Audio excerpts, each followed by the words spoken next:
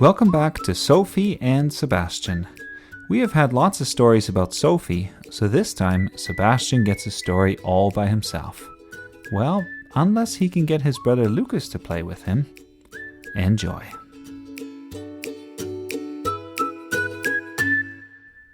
This story is called Playing Trains.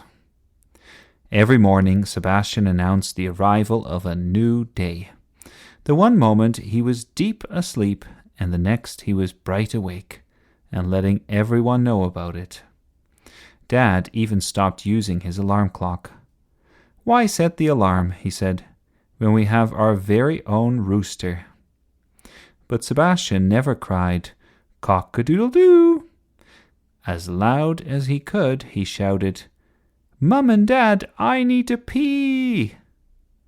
Unfortunately, today was Saturday. Mum and Dad wanted to sleep in, and no matter how Sebastian yelled, no one came.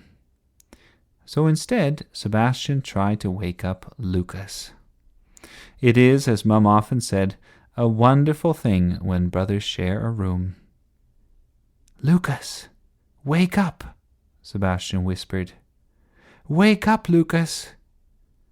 But Lucas was a deep sleeper and did not respond. Sebastian knew he had to try harder. "Lucas, wake up!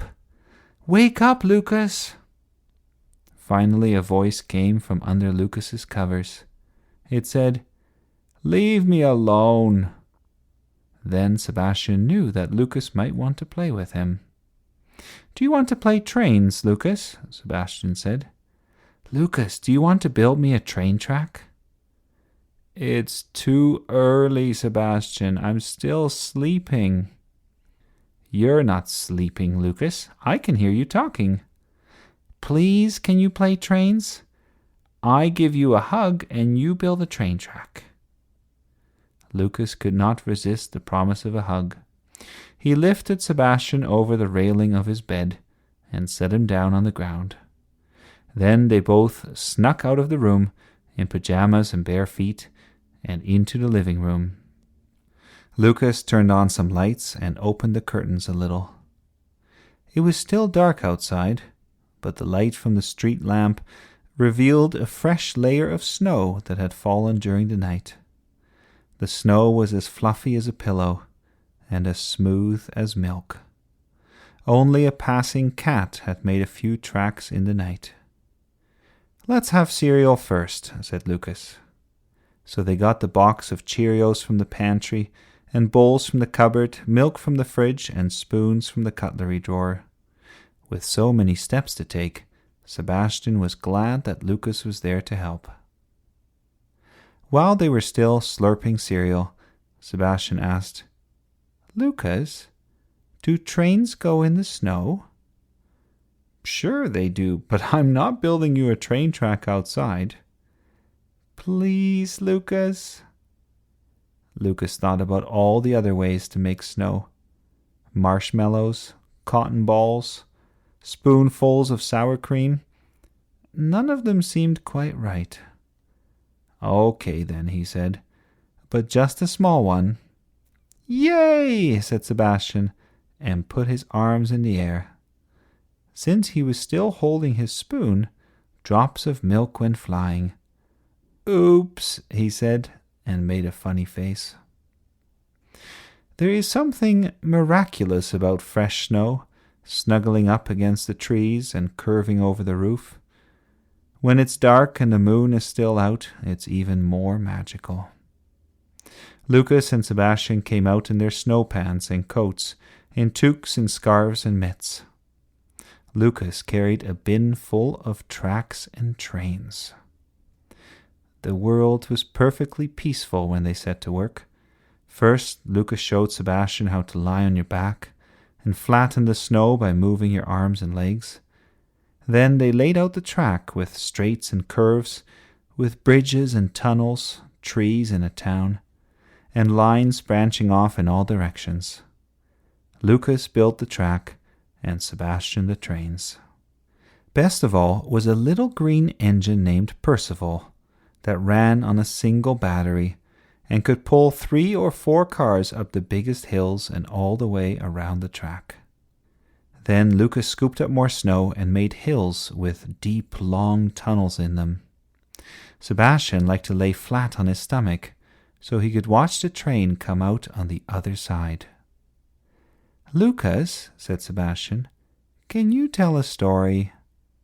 "Okay," said Lucas. And after thinking for a bit, this is the story he told. Once upon a time, on the island of Soot, there was an engine named Winthrop. This blue engine is going to be Winthrop. How about you put him on the track? Sebastian put the blue engine on the track. Now, Winthrop, said Lucas, was a small little engine, and all the other engines liked to make fun of him. "Get going," said Alfred. "Be serious," said Ernest. "Hey, you're shunting your duty," said Augustus. One day, said Lucas, it was snowing on the island of Soot. Big flakes were coming down. All the engines had to work together to pull a heavy load through the mountains.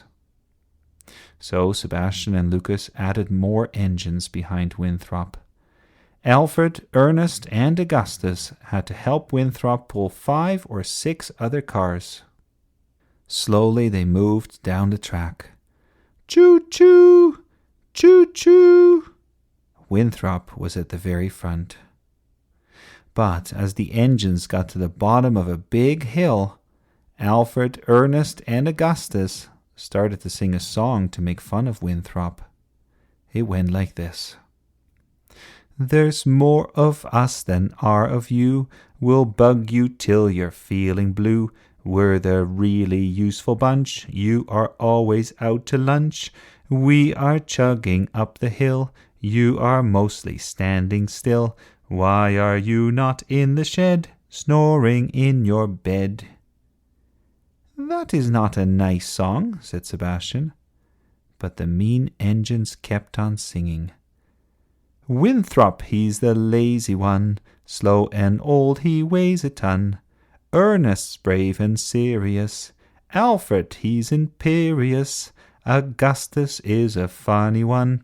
Really loves a clever pun. Watch them chugging up the hill, looking for a thrill."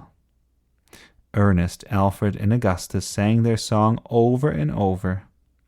At the front of the train, Winthrop looked angry and sad. He didn't say anything. There were tears in his eyes. The hill was steep and the tracks were icy. The engines were having a hard time of it, even though Sebastian helped by pushing from the rear. "Choo-choo," said Sebastian. But Winthrop was not pulling at all. He did not feel like helping out. Soon the other engines realized that they would never make the top without Winthrop's help.